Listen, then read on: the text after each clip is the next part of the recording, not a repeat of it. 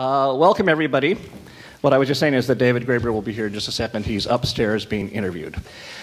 Great to have you here. I'm Lawrence Weschler. I'm the director of the New York Institute for the Humanities at NYU. And with James Miller, I'm one of the co-conveners of this gathering. Just to explain very quickly how this is going to go, we're going to have 3 sessions. In each of the 3 sessions, there'll be a different group of us at the center table. There will be an initial, as you see on your pages here, an initial statement by one of us, followed by responses by the others at the center table, a little conversation among us here, and then it will widen out to the wider table, and then there will be time for interventions from the audience at the 2 microphones here. We are not going to spend any time on introductions. They're on the back of the paper here, and that'll help us save time. So I guess I'll just start by saying a few very quick things. We hold these truths to be self-evident. Is that David? Come on up here. Here he comes. And Teresa's coming. Oh, that's right. And Teresa Gallarducci will be here in a bit. In a bit also. Okay. We hold these truths to be self-evident, that all men are created equal, that they are endowed by their Creator with certain unalienable rights, that among these are life, liberty, and the pursuit of happiness. It's always struck me that the truly revolutionary advance in that declaration is contained not so much in the words truths or self-evident or unalienable or even created equal, as in the phrase, we hold. You would think, by strict logic, that it would have been written, it is self-evident that all men are created equal. But in fact, it's not at all self-evident. In fact, eons of history, tyrants of all sorts, including the tyranny of the market, believe just the opposite. It becomes self-evident, and it only becomes self-evident. The self-evidence of the assertion only manifests itself when people rise up to embrace it, to hold fast to its insistence, mutually pledging their lives, their fortunes, and their sacred honor in the process. It is holding such truths to be self-evident that first makes them so, and more specifically, holding them in concert. And it seems to me that that is one of the many great things that happened with Occupy Wall Street. It happens over and over again historically when these moments arise. But I think all of us up here feel that something truly astonishing happened with Occupy Wall Street, a kind of blockage, an inability to have that kind of fact be asserted. For something like 30 years now, 30 or 40 years, there has been this blockage gradually chipping away. But that Occupy Wall Street, and I think David maybe later will talk about how it was, even to the surprise of the people doing it, caught something magical, caught something, a huge, enormous spark. And all of us in the body politic should be grateful and thankful to them for that, which is another way of being thankful to us, those of us who participated. But at this point, it seems to me, and the reason we convened this meeting is that it seems to me that the Occupy movement, the left in general, is facing a whole group of challenges in the months ahead. How to transition from that initial spark to something more ongoing and something more lasting. So that's the basic terrain we'll be covering today, and I'm going to give it to Jim Miller to start us off. Thanks, Ren. I just want to reiterate again what Ren has said, and it's to emphasize, I think, the obvious, but let me say it again. It's amazing the extent to which, so far, Occupy Wall Street has been successful. It has compelled the media in this country to pay fresh attention to problems of inequality and injustice. The New York Times, which normally hasn't paid much attention to these topics, has begun to run stories on income inequality. It's provoked a fresh interest in social change, and particularly among young people. It's reignited hope in the possibility of a free society, and it's reignited hope and interest in utopian possibilities. And it's done this in part by resurrecting one of the defining aspects of the 1960s, an overriding commitment to participatory democracy, understood as the making of decisions in a face-to-face community of friends and not through elected representatives.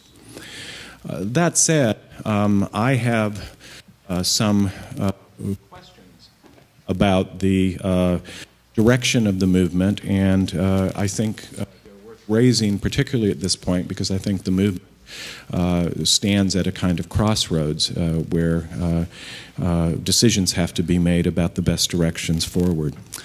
A quarter century ago, I wrote a book entitled Democracy is in the Streets, From Port Huron to the Siege of Chicago.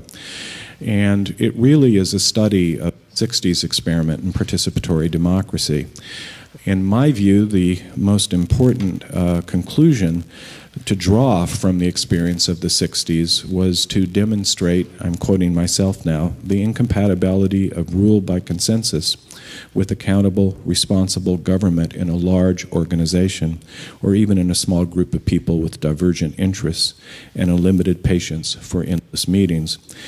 But this modest lesson has proved very hard to learn, perhaps because, as I also wrote, quote, for anyone who joined in the search for a democracy of individual participation, and certainly for anyone who remembers the happiness and holds to the hopes that the quest itself aroused, the sense of what politics can mean will never be quite the same again.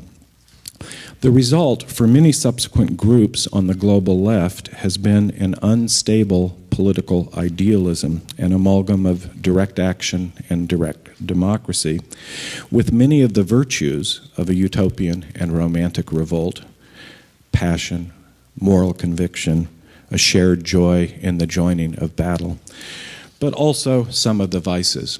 Above all, an obsession with the purity of democratic process and a zeal for enabling autonomous militant groups to act as they please, no matter the negative political implications for more moderate political allies. It's too soon to say if America's current experiment with participatory politics can elaborate new forms that might solve some of these problems. But I don't think it's too soon to make a few observations about some current dilemmas. Although the joy of collectively creating a new political space was palpable last fall in Zuccotti Park, those feelings has dimmed as OWS has dug in. The General Assemblies run by consensus, at least in New York City, I think have diminished somewhat in importance. Effective decision-making on many matters, both logistical and political, has devolved to a number of working groups that meet separately and have fallen under the effective control of various individuals who have assumed de facto power within the movement, even though all working groups are still ostensibly run by consensus.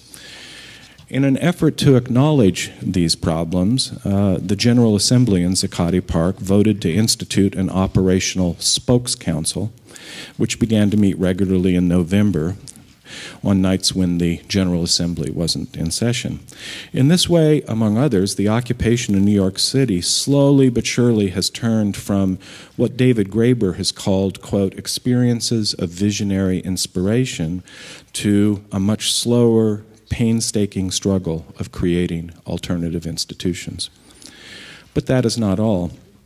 For besides proceeding in a slower and more painstaking manner, the groups working on direct action, especially any that are planning a more or less militant direct action, naturally have put a premium on solidarity and discretion, not an open airing of doubts and disagreements. It is tempting for the most important members of such groups to meet privately, in an effort to avoid the inconvenience of endless meetings open to anyone, including informers and police. And if this in fact happens, a movement begins to elaborate a hidden structure. Cadre and the know are able to shuttle between secret meetings and public assemblies that attract large numbers of potential sympathizers.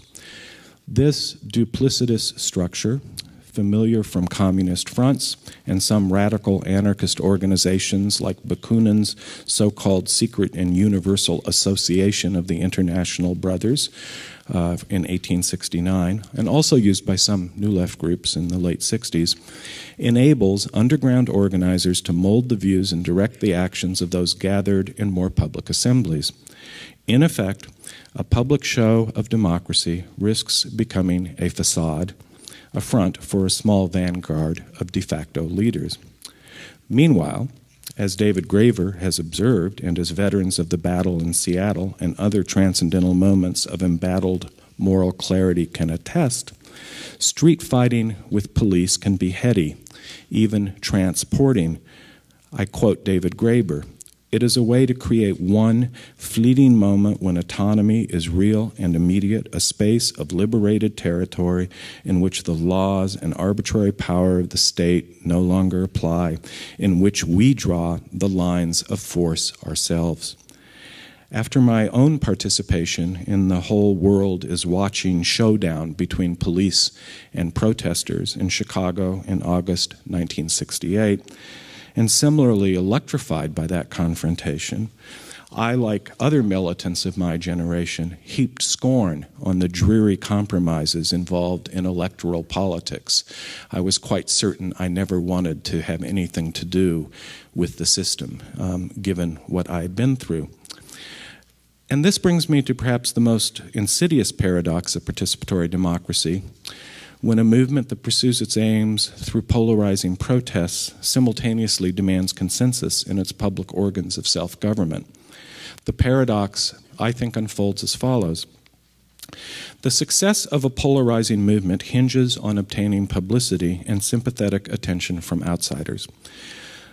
The surest way to obtain such publicity is through demonstrations that prompt a disproportionate and flagrantly unjust response from the police, from the authorities. Meanwhile, back in the public assemblies, the demand for consensus willy-nilly puts the most uncompromising militants, including many of those who in fact have spurred the growth of the movement and have become militant activists by taste as well as by political conviction, in a position in which they can veto the tactics and strategy proposed by more cautious comrades. The group becomes polarized. The militants, in some cases, go underground. But consensus remains the holy grail of the public meetings, and the moderates in the group are by definition inclined to compromise. Indeed, in this context, ideological disputes are informally discouraged, since any open debate, for example, over the value of so-called black bloc tactics or the meaning of the group's ostensible commitment to nonviolent civil disobedience, might undermine the group's solidarity and might violate the autonomy of the most militant individuals in the larger association. So, the moderates silence their reservations and in some cases simply choose to drop out of the movement.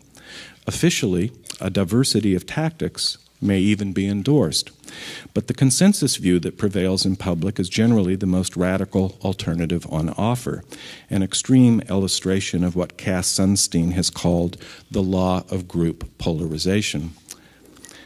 I want to conclude with a series of questions inspired in part by a statement issued by Occupy Oakland after the mayor of Oakland, Jean Quan, had said, this is after the events of January 28th, Jean Quan had said the vandalism and flag burning at Oakland City Hall that Saturday was, quote, like a tantrum. The response comes from Wendy Kennan, a spokeswoman for Occupy Oakland. I quote her now, "I don't think that Mayor Quan is weighing the big picture.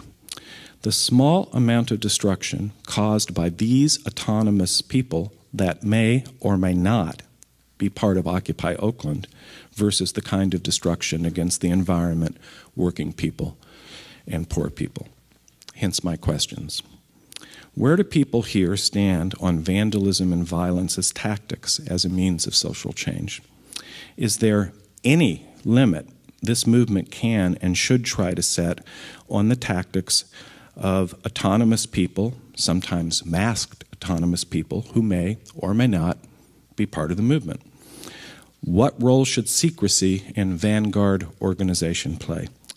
More generally, how active should OWS itself be in making alliances with individuals and communities and organizations that, for whatever reason, don't have the time or taste for participatory democracy and yet may share many of the movement's other aspirations? How, if at all, should their views be represented in the deliberations of OWS? On the one hand, endless meetings, it is true, I know this from the 60s, can be a drag and a big nuisance. But shouldn't the General Assemblies of the Occupy movement be able to discuss openly and honestly the pros and cons of broader or narrower coalitions and the pros and cons of more or less violent forms of direct action? Those are my questions. So, here. Shouldn't we stick with it? Shouldn't we stick with the alphabet, Ren? No. Am I audible? Yeah. There. How's that? Okay. Oh boy.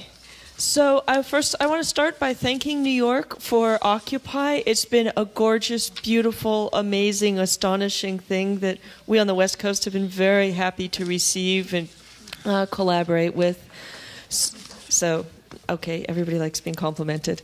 But, you know, and for me, I spent a lot of time reading histories of revolutions, disasters, carnivals, and writing about them. These moments of incredible upheaval when all men are brothers and anything is possible. How many of you here have ever been in love?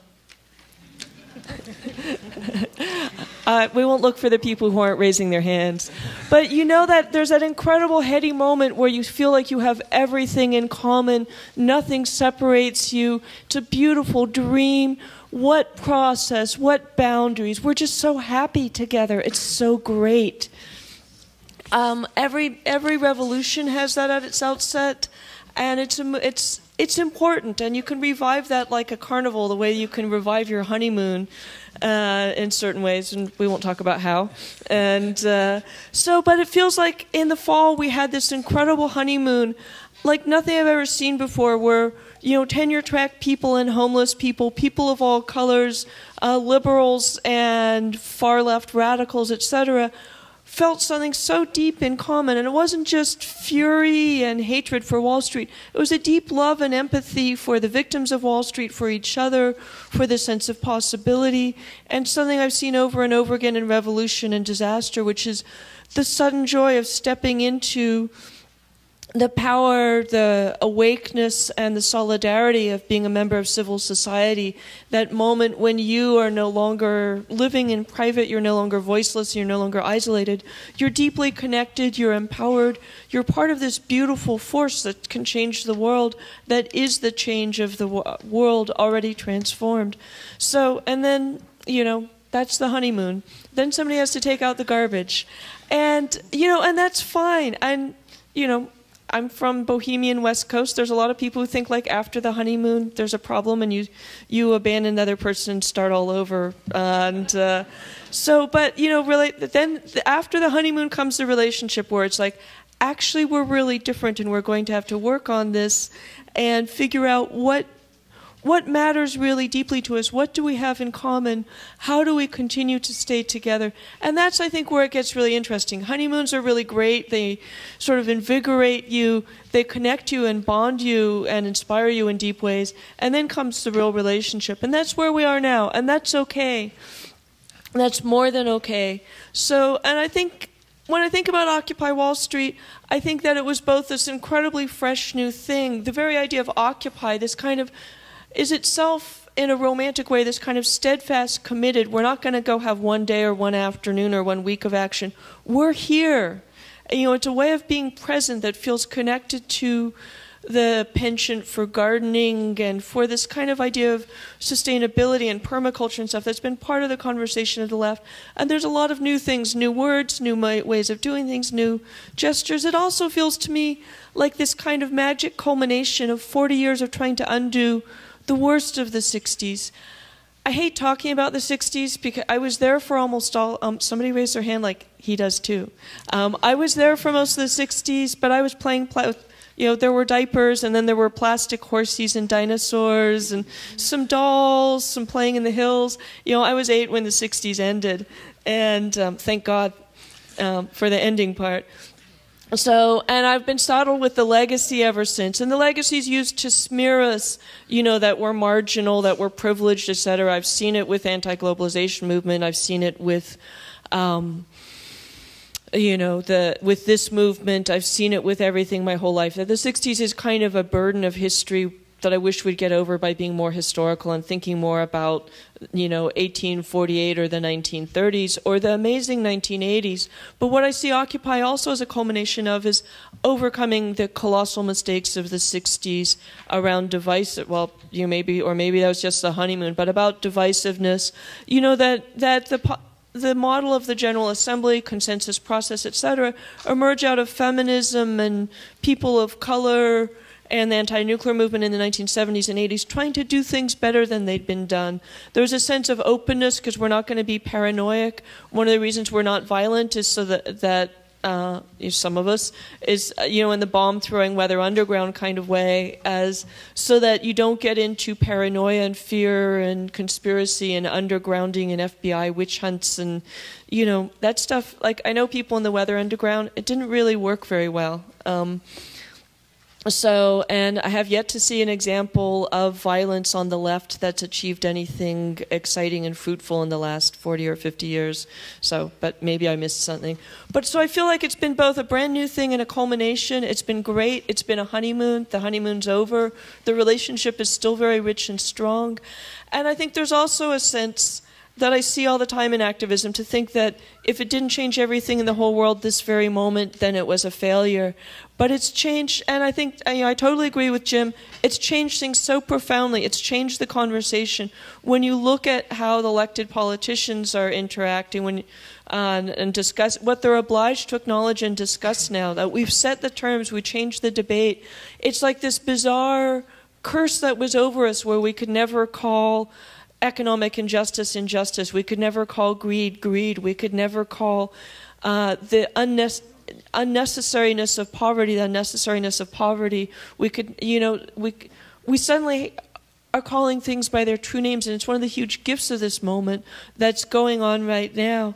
So that's some of what I think has been remarkable and beautiful and amazing about this. And, and this last week has been a lot of excitement about an extraordinarily silly piece by an extraordinarily uninformed person who referred to the black bloc as the cancer in Occupy. And I think if you think you're with nonviolence, you don't call people cancer at the outset. But what's been interesting, but it has been a discussion about violence and nonviolence and radical versus liberal. And I think kind of one of the crises that Occupy faces is that there was this beautiful honeymoon where people who are kind of reformers within the system and people who are extremely disaffected with the system, people for whom the system is kind of working but they'd like it to be a better system, and people who've been utterly trampled down by the system, like a lot of the poor kids and people of color in Oakland. And and we're going to have to work that out. And part of how we're going to have to work that out is through what I consider nonviolence, which means that you're not divisive, you're not schismatic, you don't call names, you don't demonize people. And if you're nonviolent, you're going to have to learn to love the black bloc in some way. And I'm looking at David to see what he thinks. And you're going to have to. There's some really the whole country and maybe the whole world is having this heated debate, and what it's all about is 2 days in Oakland. How many of you have been to Oakland since November 2nd? Yeah, well, that makes 5 of us. I was there on November 2nd. I was there on January 28th. And those kids, they're passionate, they're dedicated. Okay, Occupy was a honeymoon, but it's not really a couple. It's a family now. And these are the adolescents. And there's so many things that are beautiful and great about adolescents.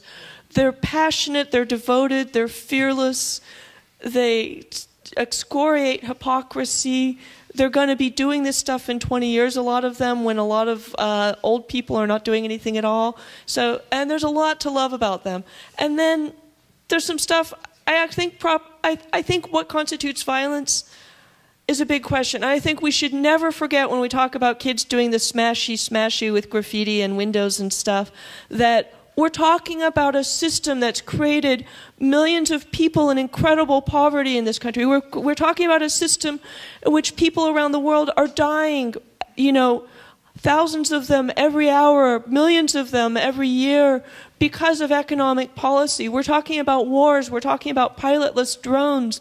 We're talking about old people being evicted from their homes. We're talking about young people burdened with unbearable debt to pursue the sort of false hope of an education that will let them be part of the, you know, not the bottom of the 99%. And we're also talking about police brutality. If we want to talk about violence, we have to remember the real violence of people doing nonviolent resistance, being pepper sprayed in the face, of sleepers being clubbed as they slept at Occupy Wall Street in Oakland in the middle of the night, of an 80-year-old, you know, weeping with the tear gas that's been sprayed into her face, of a pregnant woman being tear gassed, of the poet laureate of the United States, Robert Haas, being bashed so badly in the ribs that he thought they were broken because he was trying to defend them from knocking down his wonderful, dainty poet wife, Brenda Hillman, at one of the campuses.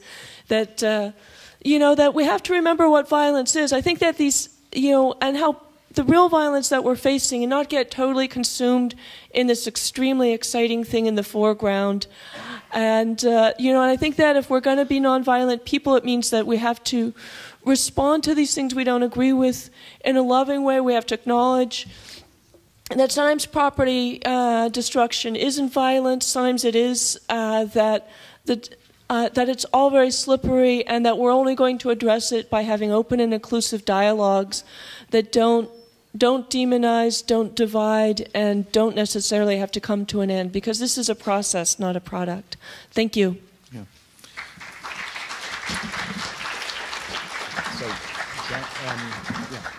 No, you're next, whatever it is. Go, Tom. Can you hear me? We good? Yep. All right here? All right. Yeah, okay, so this is a lot to talk about. I'm not really sure how I'm going to do it, but I'll just ramble and then maybe it'll make sense. I think all the questions that have been posed and that have come out of the last two speakers and that are listed here, and that it all has to do with context, I think. I hope that's not a cop-out, but I think in order to answer any of those questions, we have to think about time and place and goal and vision and all that. And I think also in order to think about that, we should think about what we've done so far. And I would agree that we've done a lot. I think the Occupy movement's had a lot of really important victories already, particularly opening up space. I think that that's kind of the biggest victory. Is that, I mean, other people also said clogged. There were things that were clogged. I think that that's a really good way of looking at what we've done so far. All of this was impossible 4 months ago. So that's kind of the way that I look at it. My life was radically different from this form. I was like sitting depressed in my mom's basement. What the fuck am I gonna? And you know, and it's like, thank you. She's very nice. But so I mean, this is, you know, we're in a radically different place right now. A lot of things that were impossible are now possible. It's possible. There is an alternative. We are, you know, fumbling around trying to figure out what it is. People do fight back, even here. And so all of those things are kind of like the groundworks for a long-term struggle. Without that, it's just not, you know, even, you know, we're in some ways even on the offensive. Although we haven't won back the things that are being taken from us, you know, public schools are still being shut down in New York City, for example, we are in a new kind of I guess, mentality of we are allowed to go on the offensive. We're not only with our backs against the walls. We're not only having these things that we've had for 200 years being ripped away from us. So I think that's a really important thing to acknowledge right off the bat. And then Rebecca's honeymoon analogy is also the one that I use all the time. And I think that's exactly right. I think, you know, winter is another way to put it.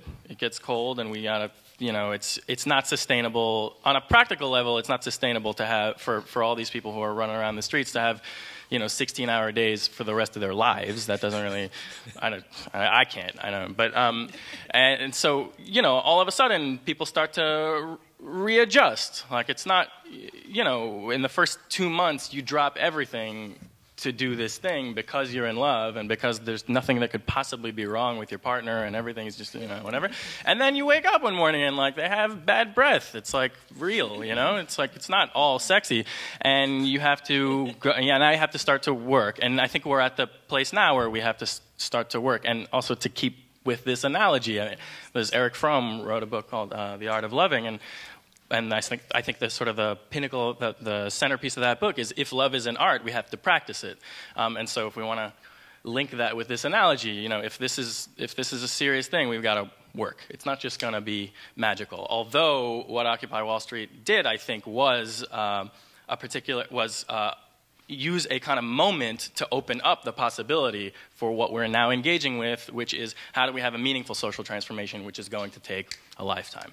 And so I think that's the real question. And so all the other questions that have popped up from the last couple speakers and also that are just kind of always there, that everybody here came in with these questions already, they all fit into that context. Where are we in the process of that meaningful transformation?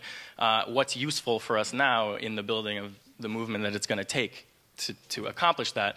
I would say we're at the very, very, very beginning of what might possibly, if we play our cards right, become a popular movement with the ability to create the institutions of the world we want to live while smashing the institutions that keep those on the margins. But we're only at the very, very beginning of that thing, which means it's going to take a whole lot to get us to that, and it's going to take a movement. So that's, I mean, definitely a prerequisite, I think, is a movement. And that's not a given. There are people who don't think that movements are important, think, and whatever, there are different kinds of tendencies with relationships to movement. I think a movement is a fundamental basis for that. I think what you see at the occupation, at the occupations, and also in the other little forms that have emerged from that, like the General Assembly or things like that, are the very seeds of the institutions that might carry out the values that we want to have in the future. But they're really only the very beginnings of those things. They're not necessarily functional, and they're not necessarily able to accommodate everyone, and so on. And the same thing is true for the sort of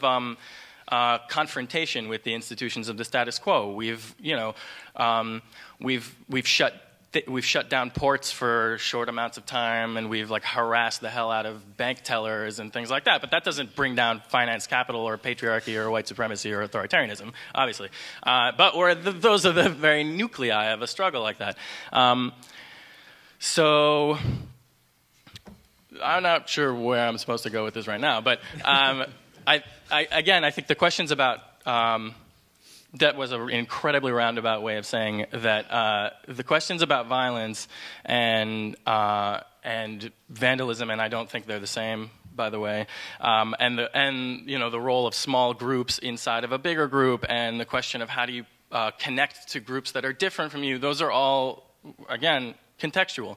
I don't really think it's time to have conversations about violence. I don't think it's even remotely relevant yet. I mean, I think it's an interesting question, and I think it will be relevant. I think, people who threaten the status quo here are going to be faced with violence at some point if they become a real threat. That's just pretty much undeniable. But we're not there yet. I mean, and I'm not sure that that's what it's going to take to build them. Actually, I don't think that's what it's going to take to build the kind of movement that we need in order to even be in the position to engage in that question. And so right now, I think the question is, how do we build a movement that is broad enough where, that allows the different groupings inside of it to have the autonomy to carry out the kind of resistance that they need to carry out while being in solidarity with the larger group. And there's a lot of, that's a really nice way of saying it, autonomy within solidarity, but it gets messy. And so some of the people who have spoken are already brought up some of the messiness of it. I mean, there are some tactics that might not be in solidarity with everyone else. I don't know if that's true or not. I'm not sure. I don't know if a black bloc can coexist with a movement that also includes struggling for electoral politics. But maybe. But I think that that's really the question. I think, what are the limits of the way that we can? What are the limits of our solidarity? I think that we need a movement where different people are doing different things. I don't want to have anything to do with electoral politics, but I sure as hell hope somebody does. because that's reality. I mean, and that's and in the here and now, that's a relevant thing to deal with, and I don't want to have to do that. Just like there are plenty of other things that I don't want to have to do in the movement. But you know, there are a lot of different fronts on this battle, and we're only at the very beginning. So I think trying to create that kind of broad movement is the priority right now. And I don't know, should I keep rambling or am I done? Okay.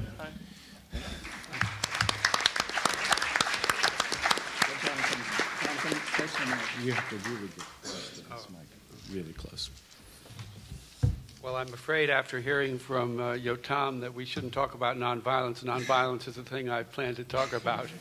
but maybe I can be responsive to his points. Not so good. Closer. Okay. I want to begin, though, by reading a quotation, and this is from the great Václav Havel, who died recently, as you know, and it comes from his essay, The Power of the Powerless, written in 1979, or first published in 1979. You know what happened to the system that he posed. It's gone under the waves of history, so I think it's quite interesting, and it was quite surprising to me when I found it to find what he thought at that time, even then, about the civilization that we were in and are still in. So here's what he said. The post-totalitarian system is only one aspect, a particularly drastic aspect, and thus all the more revealing of its real origins, of this general inability of modern humanity to be the master of its own situation. And then more particularly, he said, about us, it would seem that the traditional parliamentary democracies can offer no fundamental opposition to the automatism of technological civilization and the industrial consumer society, for they too are being dragged helplessly along by it.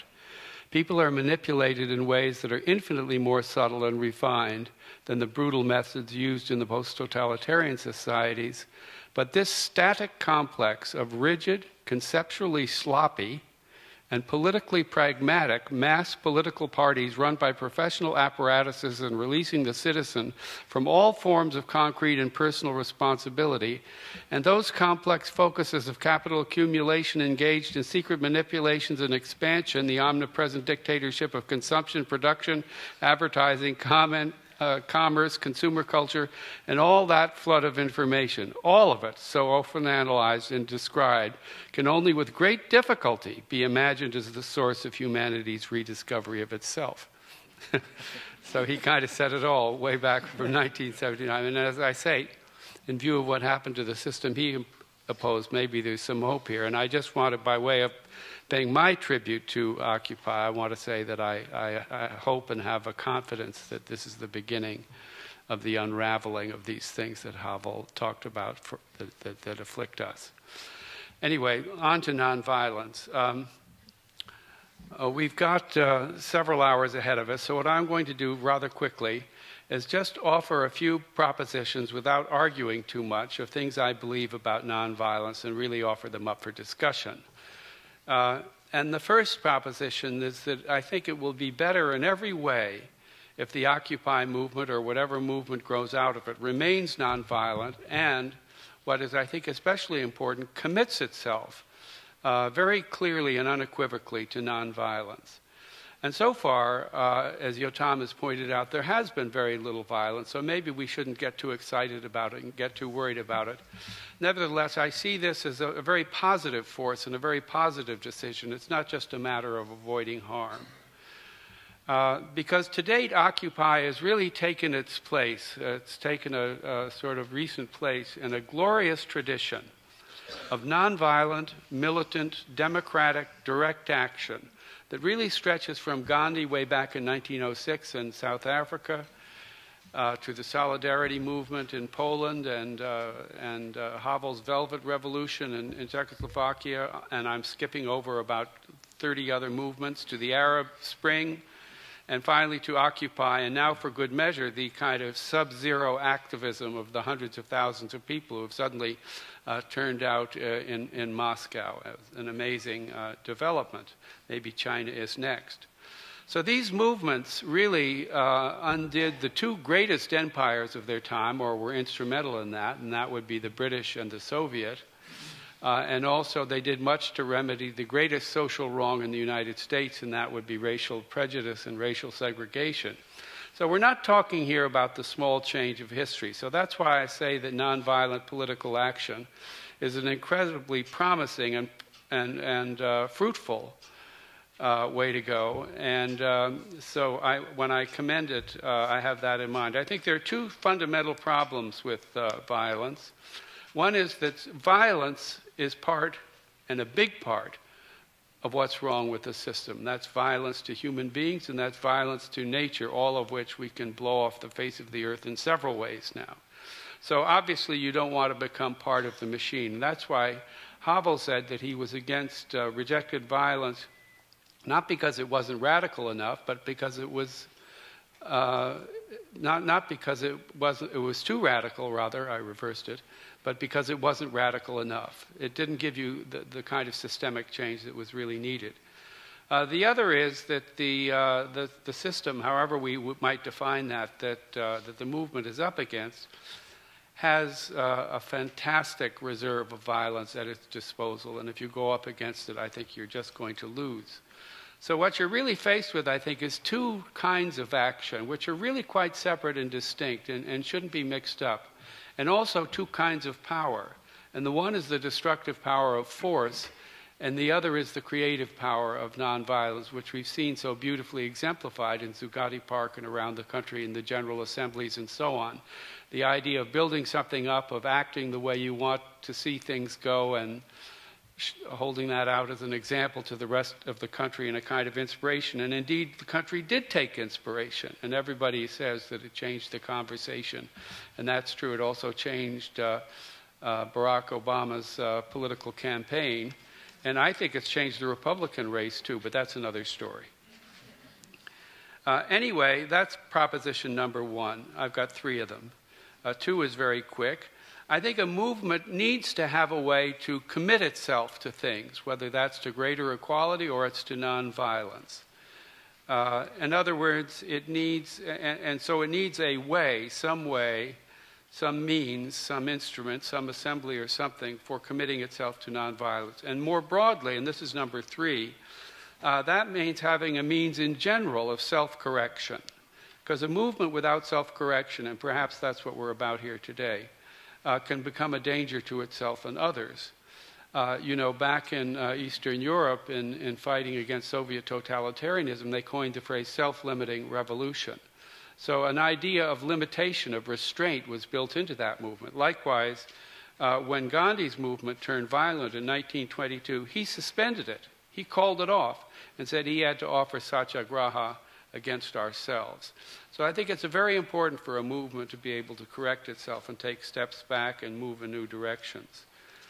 Well, finally, those are my three propositions.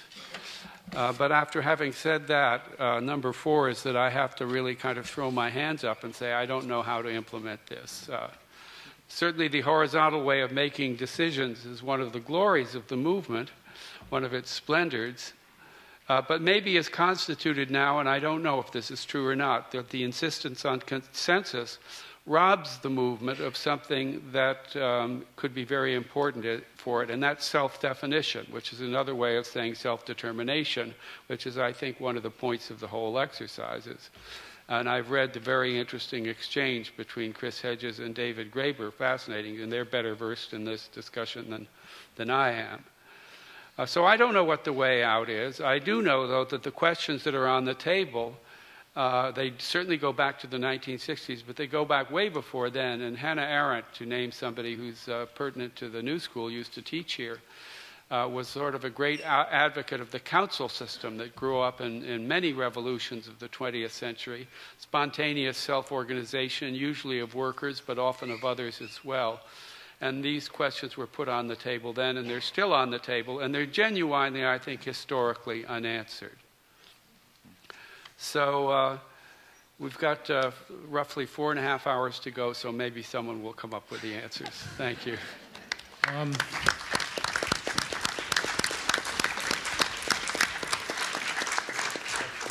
So the format here is we're going to open up for conversation from other panelists who haven't spoken yet, and I think we should take maybe 15 or 20 minutes to do that, and then get some comments and input from the audience, and that's what these microphones at the front are for. So I see Todd's hand, Steve's hand, David? If called on. Okay. Go ahead, Todd. I have four.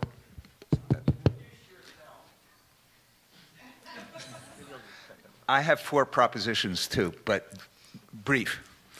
By way of opening the horizon, many of us have wondered whether there was ever going to be a movement, and just when it seemed that could not happen, it happened. I think something actually has happened which is beyond a movement.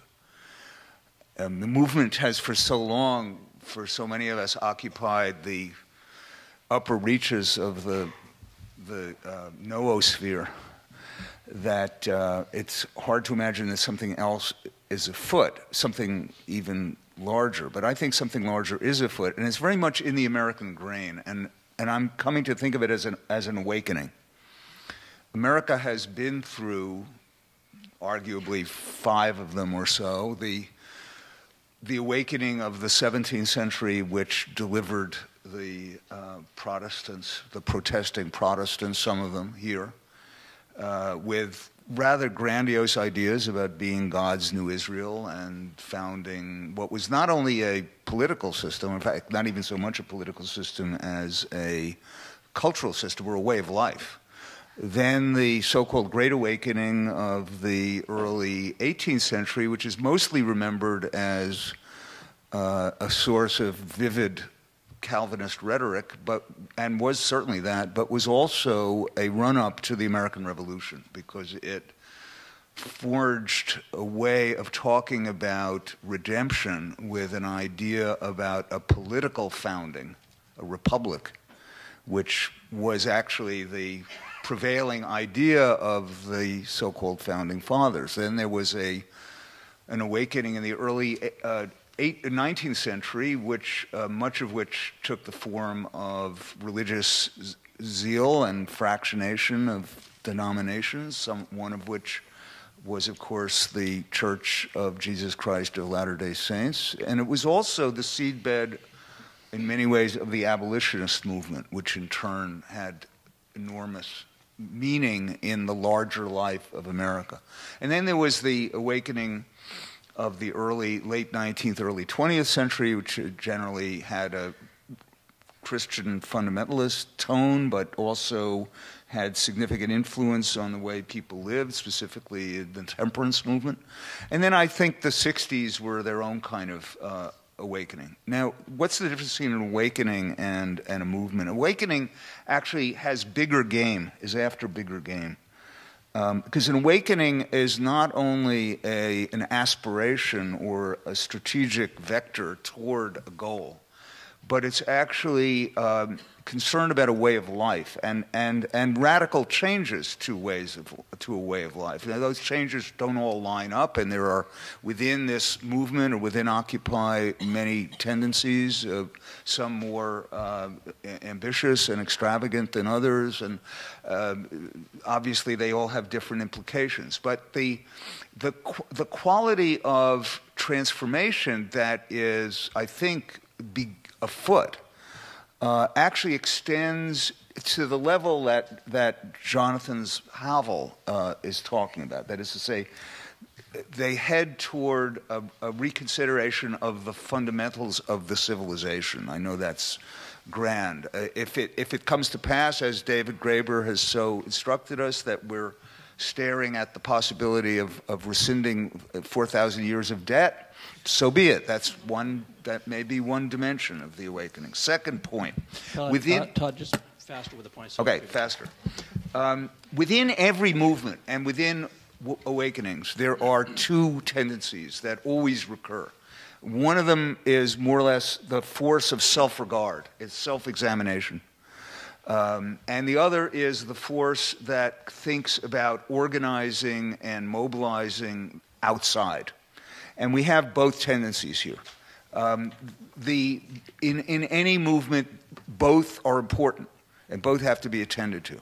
But there is, in my view, a risk that at this moment, there's so much energy going into self-regard, self-preoccupation, self-maintenance, that we are detaching ourselves from the larger imperatives, which have to do with transforming a very large world dominated by very powerful forces in which billions of people live.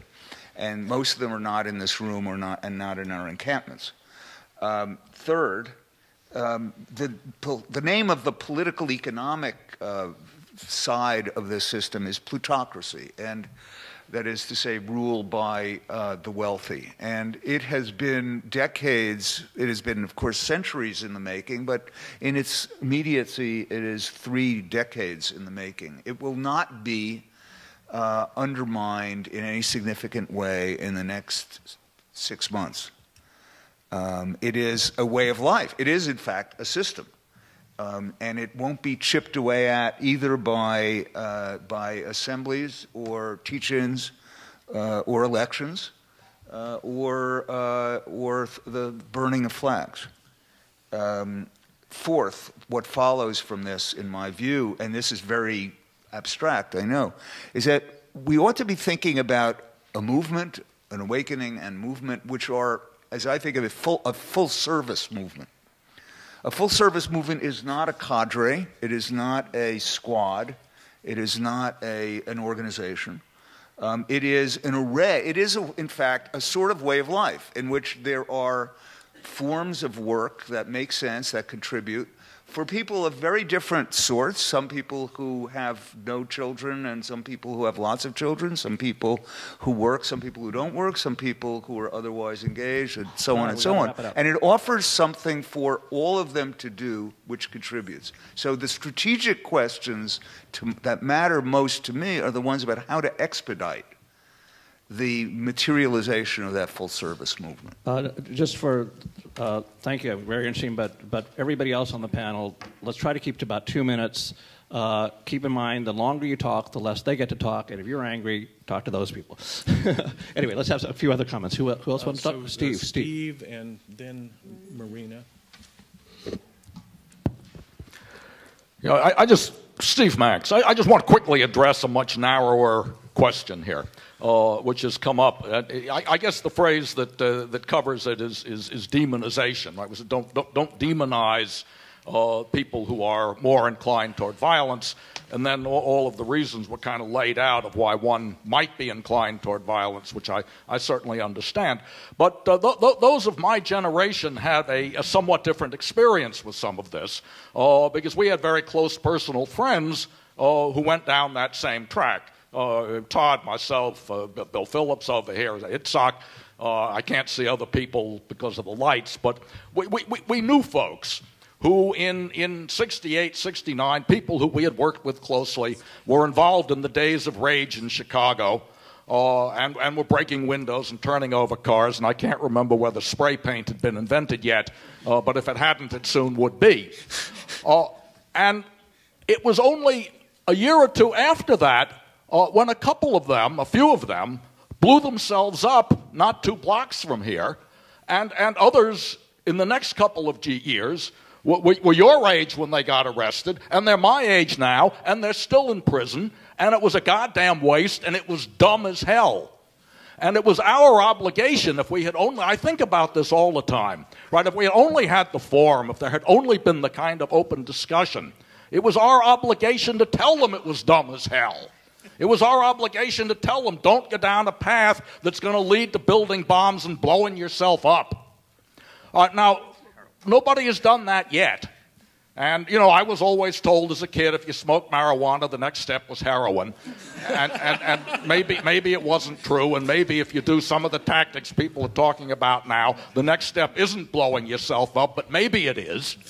And somebody's got to say it's dumb as hell, don't wreck your life.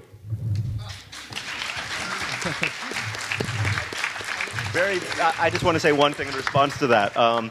you know, there have been people doing block for 20 years now, and none of them have gone on to blow themselves up. So I think we actually have learned something from that. Okay, I'm kind of with Yotam on this violence question, and I think in the next section, when we talk about ultimate goals, that would be a more appropriate place for the question of violence. And when we talk about short-term tactics, that could be a place for discussion of property destruction or not and distinguishing the two. What I love to talk about is the means, and the means being a part of our ends, so the prefigurative politics, the assemblies, and everything else. But now with a minute and a half. But just looking out, and I can't see either. We're giving you 4 minutes. No, that's all right. I'm good. I'm pretty good with time. I'm really about democracy. So who here has been involved in Occupy in some way or another, participated? Right. Who here felt empowered in that experience? Changed through the experience? Do you feel optimistic now? Right. See, this is kind of the point I want to make in kind of countering the beginning point, is that while things are changing, the level of optimism is so incredibly high, and I think actually what we think is possible is even bigger than late September, which is why the next conversation about ultimate goals is so incredibly important, because the point I'm going to make under that one is about how seriously we need to take ourselves in transforming the system and society as a whole, and how we feel, and we feel empowered. This is New York, but think about the thousands of assemblies in places where people are gathering throughout just the United States. Villages. You know, there are 14 assemblies in Iowa, and a lot of them are people, farmers, over 50. So, I mean, the vastness and the depth of what's going on, and using forms of participatory democracy that in each place will kind of work out how it works. Does consensus work or not? I was in Spain over winter break, and there's a lot of criticism going on about, you know, they're doing their own self-criticism about the use of absolute consensus. They had a 14-hour assembly, for example, that some people thought was a little long. So, but they're doing that reflection, and I think it's really important. As we go through this, the important part is the transformation that's taking place within ourselves in that, and that we are feeling more powerful. And in that, and as we're transforming, and as we're creating this effective relationship as well, effective with an A, it allows us to think about more militant tactics as well. And militant can mean taking over hospitals, taking over schools, stopping foreclosures, whatever. But that kind of comes from this empowering place and feeling more powerful in these social relationships that are new and that are different that we're creating with each other. I did find in talking with people in Spain very similarly how they're organizing, less in the big squares and the big plazas, but in the neighborhoods, as we're doing in New York. It's not just working groups. There's Occupy in Sunset Park, in the Bronx, in downtown Brooklyn. There are more and more neighborhoods organizing assemblies in a more decentralized way, or re-territorializing what it looks like. That's true throughout Spain. That's true throughout Greece, where I also was in November. And the level of optimism also and sense of power is incredible in these different places where, you know, I've been fortunate to go, but I think we know all over the world that something is changing, and that's linked to this first point of the means. That participatory democracy, and as much as we can have criticisms of the process, there is something in that that's part of where we're getting this power, and I think it's an incredibly important part of the conversation.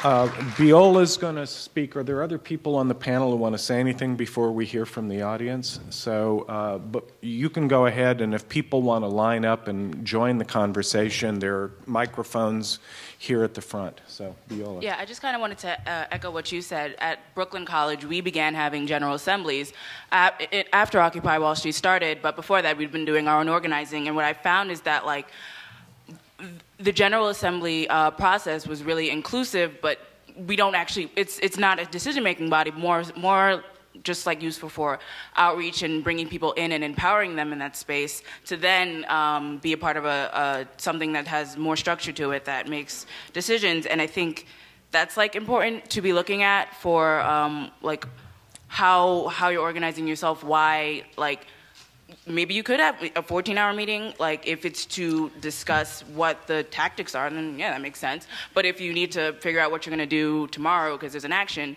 you might want to structure it a little more, I don't know. Okay. Okay, so we'll take some comments and questions from the audience. If you'd like to identify yourself before you speak, that'd be great. And once again, brief. Keep it as brief as possible. It doesn't have to necessarily be a question, but it should be relatively brief. Yeah. because many of you have a lot of experience and have been very active in this movement. So please. My name is No? Yeah, oh, now it is. Okay. It's on. My name is Cecily McMillan. Jim, you said that, or hinted at, that the facade of participatory said that it's possible that the participatory democracy General Assemblies sort of were possibly a facade as a front for the militant cadre. Do you think that if the number of violent actions were appropriately representative of the minority who wished to pursue violent tactics, that the majority, the nonviolent organizers, through nonviolent tactics and campaigns, could still maintain a face of the movement that is accessible to the general public at large? In other words, do a few acts of violence amongst a largely nonviolent movement necessarily undermine a consensus-based body committed to nonviolence and paint the movement as a whole as violent? Okay. I want to look actually in David Graeber's way, because I think this is in part a question of media perception. And media perception is, media are mediated. It's a complicated question about how, if you have, let me give you a concrete example. I'll take it from Oakland. I think the only time in Oakland that I'm aware of where there was actually a black bloc was during the second of the port shutdowns. First, what? Okay. But in any case, there was several thousand people shut down the port of Oakland, and then a smaller block of people afterwards went and broke some windows in downtown Oakland. The media covered the breakage of the windows more extensively than they covered this incredible mass action that shut down the port of Oakland. So in part, the question is, if a movement does not, out of reasons and principles of solidarity, disavow acts that the vast majority of people disagree with, it leaves the movement open to be portrayed and represented by others that have whatever other interests they do as being much more violent than it actually is if you're on the ground. And that's, I think, the risk that you run when you don't have an open discussion about these issues. And the problem is there a way to have that discussion without being demonizing and divisive? I think the take-home I had of what Rebecca was saying, is there a way to do this that's not the way of Chris Hedges, where we can put some of the issues on the table and be honest with each other about what's at stake? And obviously for a lot of people, breaking windows isn't really violence. It's not violence against persons. I would say the major advance of black bloc tactics is to rule out in advance violence against people as a matter of principle. But that doesn't take into account the perception of viewers who may not be part of that prior understanding of what the definition of violence is and what the limits of it are. So those are my comments. Oh, yeah. I mean, I think that the key thing here, though, is how do you change those perceptions? You can't assume that perceptions are given. Successful social movements are ones that emphasize, the violence against nonviolent protesters and, gradually people's attitudes towards what is an appropriate response change. And that's been successfully done in many parts of the world. If you want to keep black blocs to a minimum, this is one thing I wanted to say. If we want to, if that is your aim, it strikes me that the important thing to do is to make as much of an issue out of police violence against nonviolent protesters as possible. Because where there are why is there a large black bloc in Oakland and not in San Francisco where there's none? It's only 15 minutes away. It's because Oakland has a history of incredible police violence, continual murder of people of color, of poor community, people in queer communities. There's kind of a war been going on. I mean, ever since the Panthers, there's a reason the Panthers come from Oakland.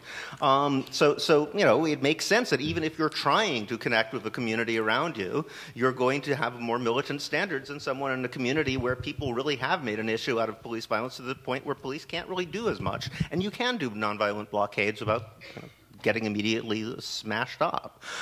So I think, the way to, our task is to keep our eye on the ball, not talk about a broken window, say, why are you talking about a broken window over and over again, and talk about actual acts of violence like smashing in people's heads. I just want to say something quickly as somebody who's actually been spending time in Oakland.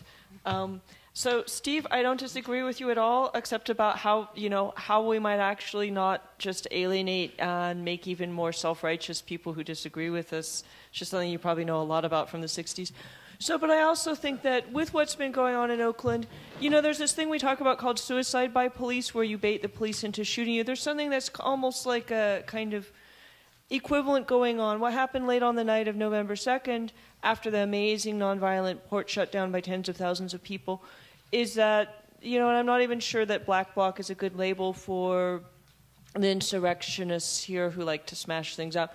But they like, everything had been great. We didn't really have anything to struggle about, but they were supposedly going to take over a building. Lots of stuff happened. But basically they baited the police into freaking out, and police are the easiest people on earth to bait. Like, there's no challenge in it. There's no victory in it. And all the sleeping people in Oscar Grant Plaza, including disabled people, people with children, etc., were suddenly attacked by the police as part of this thing. So it's really, I think, a lot of what we're talking about is what gets, and this is sort of insider stuff, but diversity of tactics has been this phrase for anything goes, we have no action agreements. I think there should be action agreements, and that people who want to do something that's not within the framework of the larger group of, do something outside the group where it's like, we're not with these people, we're doing our own thing, which is, different. But that's getting all tactical and specific, and we're not really doing that right now. Except that we are. Victory, by the way, would be convincing the police that they should be on our side, which in class terms they should be. Go ahead. I wish to remain anonymous, not associated with the hackers. Can you hear me? Okay, since we all agree on nonviolence, I think it's more important that we decide what constitutes violence. So sort of psychological violence is created with the duality of 99% and 1%, and victimizing the 99% and demonizing the 1%. We fail to recognize the philosophical and spiritual suffering of the 1%. Once we reframe the focus to 100%, we can all work together in non-duality. So in order to move forward, we must find ways of offering olive branches to the 1% so we can work in cooperation. We want their olive branches, and we want them now. Of course, but I feel like maybe we're being more combative, and maybe they don't want to work with us. We're not nice enough to them. Yeah. We need to liberate them from their privilege. I would actually, we're willing to do that, but we need to talk about what that would look like. If I could comment on that, a friend of mine made a great analogy when someone else brought up a similar point, which was that it's like an abusive spouse. So it's not about demonizing the spouse, but the abuse is real. Right? Of course. So when we are dealing with a situation of serious domestic violence, it's not about saying that the abuser is evil, but it is about addressing the situation in a way that it doesn't provide forgiveness for someone who's not asking for it. Right? And so I think when it comes to a place of dialogue, that's where we need to bring forgiveness, and we need to act out of love when it comes to a space of dialogue. But I don't see any dialogue between the powers that be and the people who are asking for participatory democracy. I think they are asking for it. They don't. Let's keep it going. Let's go over here.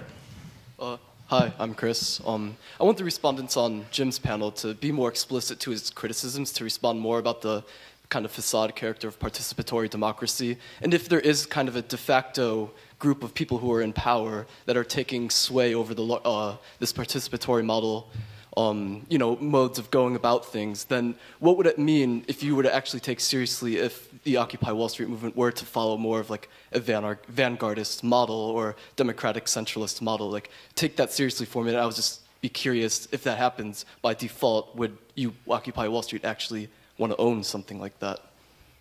Can I actually just make a suggestion because there's so many of us sitting up here, so that we can have more of a discussion that we actually don't respond to every comment and that people can comment and respond to each other? We could cluster them or whatever, but that's so that it's not just a back and forth, which was not the intention. Well, let's take one or two more things in that, but let's remember that because that's a good question. Go ahead.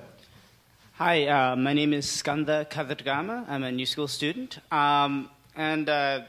I wanted to frame this this question in terms of what David wrote, points that David rose, the sort of notion that we see violence in a kind of vacuum as opposed to looking at what we could call warfare conditions in the cities we live in, right? So I hear Jim and others talking about how their experience in the 60s. My experience growing up in the late 80s and the early 90s was framed by the shooting of Amadou Diallo, the violation of Abner Louima, and just of late, Ray Kelly releases a 90-minute interview about why all Muslims are essentially terrorists. And why is it, then, when we have moments like this, why do we ideologically filter out those instances and focus on spray paint, a couple of black blocs, and somehow a bomb gets worked into this? Why are those the tropes of violence and not police brutality, essentially? Let's take one more question and then we'll have some response. Go ahead. Okay. I would consider myself somebody who's on the periphery because I never slept on the street. I visited a few times. I took part in a march. I almost got arrested because they had the kettling stuff ready for us. I think it's really important to think about the widespread support that you already enjoy with OWS and that could be indeed fostered more. I'm really very encouraged by the fact that it's been so widely spread over the internet. And I feel that protecting the internet from the many attacks, we pushed down SOPA and PIPA, now we have ACTA to deal with, and just what happened a few days ago with Komen, with the outpouring of protests that actually pushed them to at least seem to change their position. I'd like to hear more about fostering the support from people who aren't going to come sleep on the street, but who are the 99% and whose hearts are with OWS. Thank you very much. Let's take in some of those. Any comments on the one hand, you're being asked to respond to the violence of the surrounding context, but also the others are being, some of the rest of us are being asked to respond to the prospect of vanguard and democratic centralism, and then finally, how do we reach out to the rest? Well, let me say something. I want to pick up a thread that I thought Jonathan Schell made a very good point. I don't remember whether it was your third or fourth point about how does the importance for a nonviolent, strategic nonviolent political movement to be able to define itself and restrain itself. And one of the things that I think is a conversation that I see beginning to occur in Occupy, which you referred to, Rebecca, is what's the nomenclature? Action commitments? Action agreements. Action agreements. Because it's a mechanism by which you can very clearly affiliate a movement with certain kinds of actions rather than other kinds of actions. So I think that one of the things about the current moment is the effort to try to devise solutions to problems that emerge in strategic nonviolent movements as well as the 60s.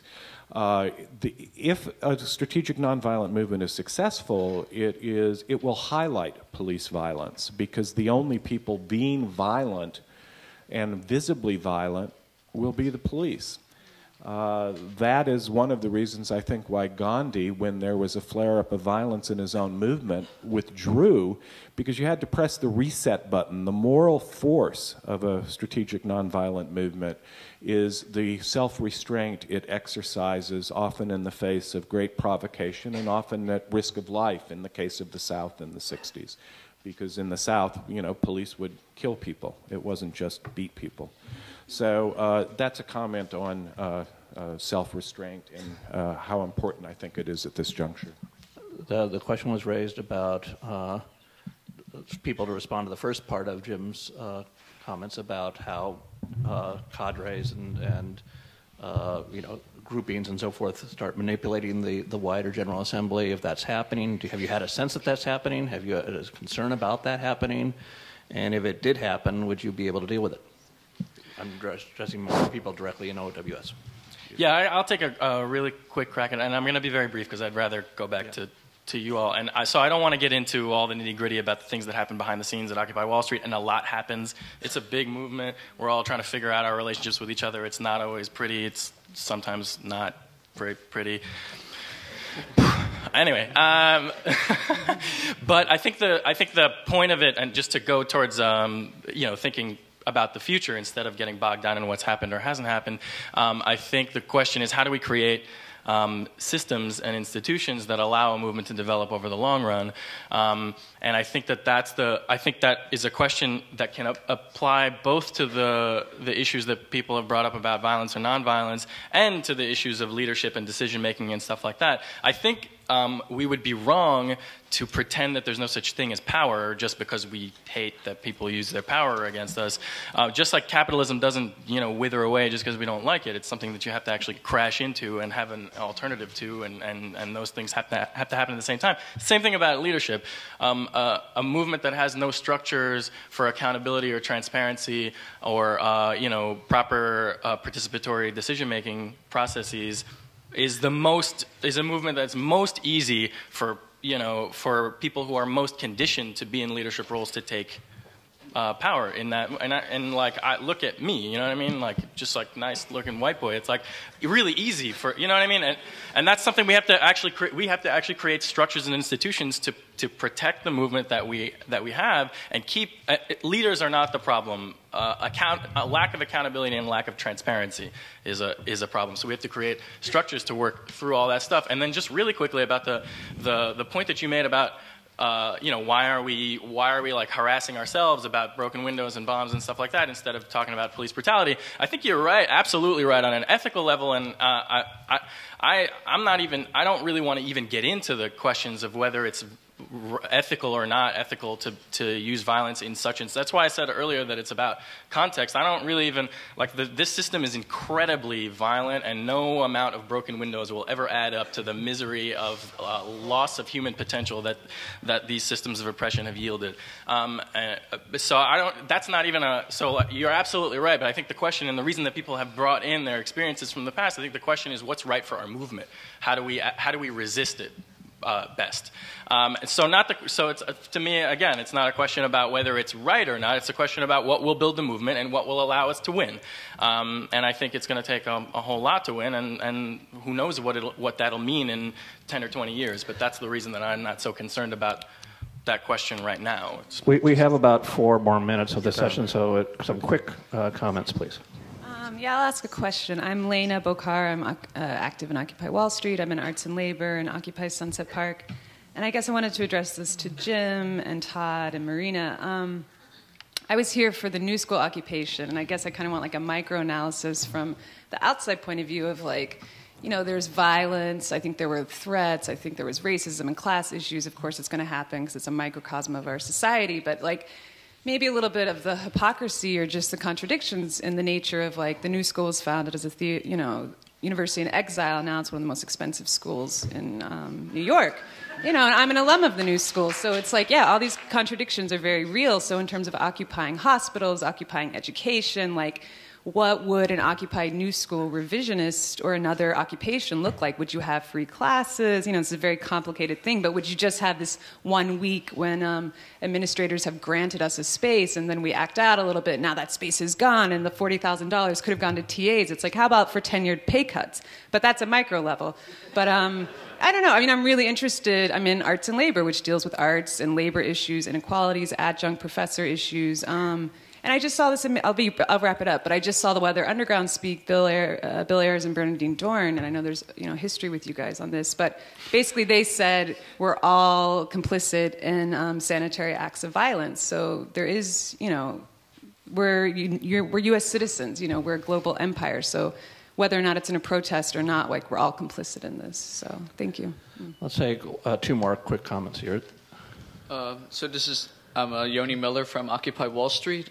This is a comment for Todd and Yotam. I'm not sure if I completely agree with you, Todd, about how we were emphasizing too much about the internal politics, because I feel it's very reflective of the greater society that we're dealing with.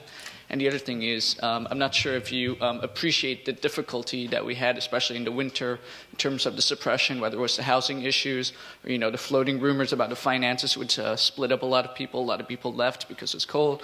They lost a lot of optimism for the movement. And I personally am very optimistic for Occupy Wall Street, but at the same time, and Yotam, I agree with you here, I don't think, you know, shutting down ports or like the February 29th actions are going to actually chip away at capitalism. That doesn't make sense, but it's only through, you know, raising conscious awareness and making a political transformation that we'll be able to make any change. The only way to do that, though, would be to, you know, be creating actions that give us the sense that we're having or giving us a taste of democracy. I don't think we actually have a real democracy, but I think it's self-empowering, but at the same time, we're not really, you know, we are not actually taking over any institutions that we don't have power, and I think the fight is a lot harder than a lot of us are giving credit for. Last quick comment. Hey, I just wanted to say in defense of the person who said that if we're kinder to the 99%, that they'll be kinder to us. That the 1%. The 1%, excuse me. That that is no less reasonable than saying that if we're nicer to the cops, they'll be nicer to us. They oppress us. That's why they're the 99%. That's why they're the cops. I also wanted to address the question of how has violence been effective in the past 40 years. A good example would be Greensboro, North Carolina, which is, of course, famous for the sit-ins in 1960. But the city was not desegregated in 1960. The school system was not desegregated until 1970, after years of nonviolence which were not effective, and only after there was a major riot at the local black college. So that's not a question of ethics, per se. That's a question of effectiveness. So we should think about that. And we should also note that you know, when we talk about the Weather Underground, we ask where did they get these crazy-ass ideas. They got a lot of these ideas from a segment of the civil rights movement, which was a very crucial segment.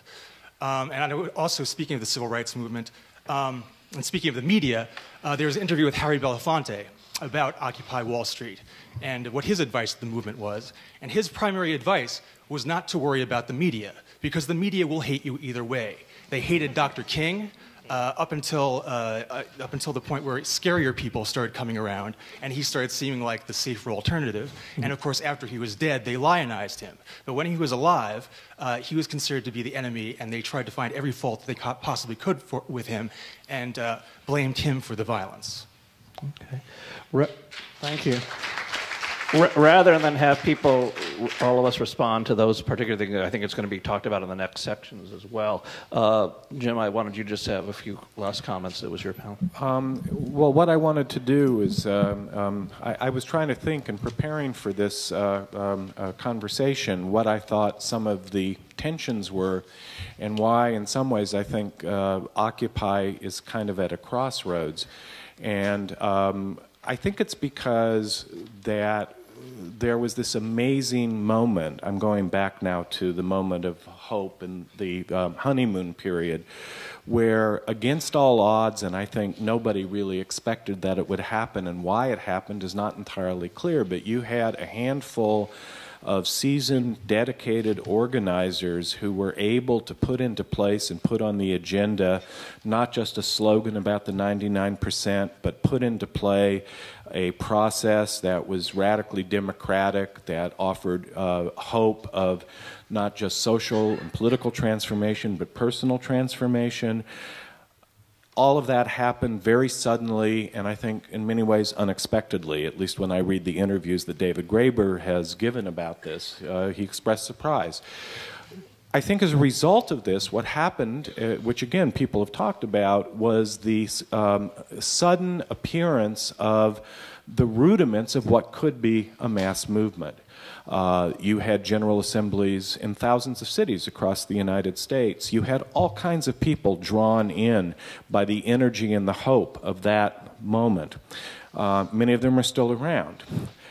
So here's why I see this as posing a challenge and putting Occupy at a crossroads. On the one hand, you have the people who basically ignited this moment, who are, if you read David's book on direct action, it's like a cookbook of how you do exemplary acts of resistance, how you organize acts of very focused insurrection, where you take space back from the powers that be. And there's a long, honorable tradition of that kind of organizing outside the system. If you look at the mass movement part of this, what it meant in practice is suddenly, say in New York City, you had people from trade unions, you had Democratic Assembly people, you had old, peaceniks, all were in the streets in huge marches in sympathy with Occupy. And the question of, the tension between these two, it's a real question, because if you go in the direction of exemplary acts, you can alienate the people in the mass movement. If you go in the direction of the mass movement, you could end up co-opting the utopian energies and the things you really cared about, which is a way of saying that I think Marina was actually right, that we had an analytic distinction here, and the only way to really think clearly about the tensions and the problems is to ask, what are the ultimate goals of this movement? Because it has become so large and so variegated, it's not entirely clear that we even agree, all of us, on those ultimate goals, and that's what we're going to talk about in the next panel. Great. So we'll take a 10-minute break. Listen, before we take a break, one of the things that will keep this country great and growing are independent bookstores. One of them is back there. This is free. There are some great writers on this panel. Their books are out there. Go buy their books.